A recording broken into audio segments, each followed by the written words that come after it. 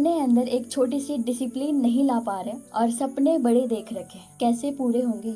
सपने को पूरे करने के लिए डिसिप्लिन का होना बहुत जरूरी है। तो hello everyone, welcome back to my 60 days discipline and consistency challenge. Today is day 8 and आज मैं सुबह 6 बजे के अराउंड उठती हूँ। तब तक धूप बाहर आ चुकी होती है। मैं गर्म पानी पीकर ब्रश करती हूँ और फिर मॉर्निंग के कुछ वर्क कंप्लीट कर आज जल्दी ही 8 बजे पढ़ाई करने बैठ जाती हूँ। सबसे पहले अपनी स्टडी टेबल को क्लीन करती हूँ, फिर आज की टारगेट डिसाइड कर लेती हूँ और अपना फर्स्ट टारगेट इंग्लिश में वोके पढ़ना स्टार्ट करती हूँ। पिछले एक वीक में मीन्स जब से मैं 60 डेज चैलेंज स्टार्ट की हूँ तब से आज तक one word substitution, idioms and phrases और वोकेब को मिलाकर लगभग 300 से प्लस के अराउंड न्यू वर्ड्स याद कर चुकी हूँ। वोकेब पढ़ने की मेरी एक रूल है कि न्यू वर्ड्स पढ़ने से पहले पीछे की जो भी पढ़े रहते हैं उसका एक बार रिवीजन जरूर कर लेते हैं, क्योंकि हर दिन हम बहुत कुछ पढ़ते हैं बट सब कुछ याद एक ही बार में नहीं हो जाता है और पॉसिबल भी नहीं है कि एक बार पढ़ने के बाद सब कुछ याद रह जाए।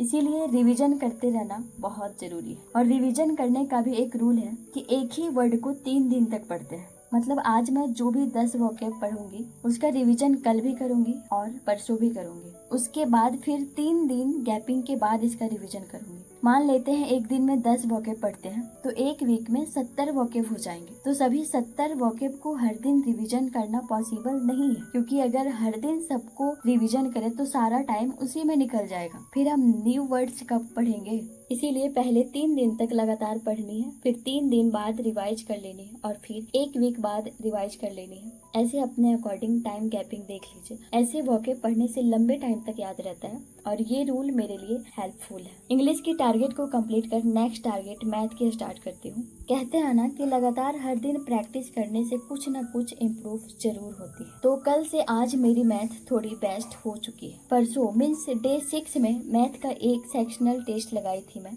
जिसमें 8 मिनट में 10 क्वेश्चन 20 मार्क्स के थे। जब मैं टेस्ट दी तो मेरा स्पीड इतना स्लो था कि मात्र 3 से 4 क्वेश्चन अटेम्प्ट करने में ही सारा टाइम निकल गया। मेरे को लगा कि मैं अगर इतनी स्लो रह गई तो कैसे काम चलेगा। फिर मैं डे 7 में खूब प्रैक्टिस की और आज डे 8 में मैथ का फिर से एक सेक्शनल टेस्ट दी तो 8 मिनट में 8 क्वेश्चन अटेम्प्ट कर पाए, जिसमें से 6 ही क्वेश्चन मैं सॉल्व की थी और सभी क्वेश्चन सही थे। मैं ये नहीं कह रही हूँ कि बहुत ज्यादा इम्प्रूव हो चुका है, बट फिर भी पहले से थोड़ा बेटर हो चुका है। मुझे पता है एक ही दिन में 100% बेटर नहीं बना जा सकता है, बट हर दिन थोड़ा थोड़ा मेहनत कर एक दिन 100% बेटर जरूर बनेंगे। स्टूडेंट्स सोचते हैं कि पहले सिलेबस कंप्लीट कर लेते हैं उसके बाद क्वेश्चन प्रैक्टिस करेंगे या फिर टेस्ट देंगे। तो मैं बता दूं कि जब तक आपका सिलेबस कंप्लीट होगा तब तक पीछे के सब कुछ भूल चुके होंगे। इसीलिए बेहतर होगा कि डेली सिलेबस के साथ साथ प्रैक्टिस करते जाइए और सेक्शनल टेस्ट भी लगाते जाइए। इससे आपका मैथ बेहतर इम्प्रूव होगा। मैथ का टारगेट कंप्लीट कर मैं अपना नेक्स्ट टारगेट रीजनिंग की स्टार्ट करती हूँ। रीजनिंग में अभी मैं कोडिंग डिकोडिंग चैप्टर की प्रैक्टिस कर रही हूँ। पहले हमें भी लगता था कि सिलेबस कंप्लीट करते हैं उसके बाद प्रैक्टिस कर लेंगे,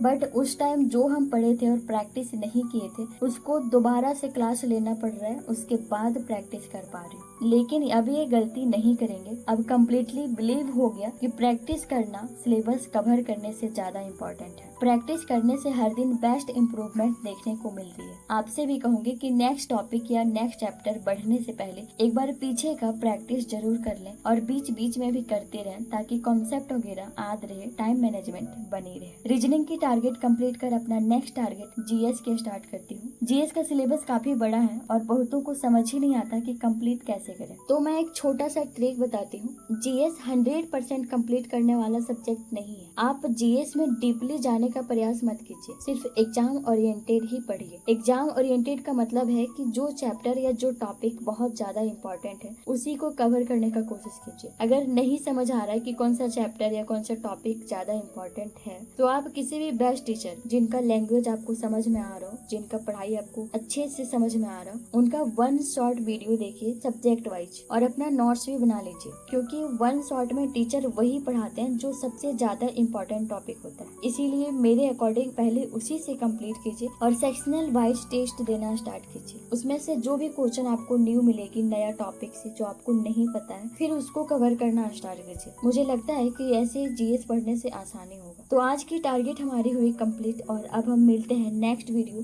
डे 9 में। अगर मेरी स्टडी टिप्स आपको थोड़ी भी हेल्पफुल लगी हो तो मेरे चैनल को सब्सक्राइब कीजिए और नेक्स्ट 60 डेज चैलेंज में जुड़ जाइए। एंड थैंक यू वीडियो में बने रहने के लिए।